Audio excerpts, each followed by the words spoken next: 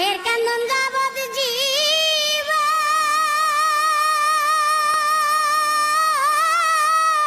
দুই চার মাস বোনের খানদান রে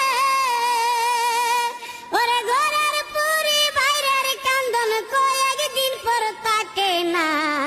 দুঃখের দরদি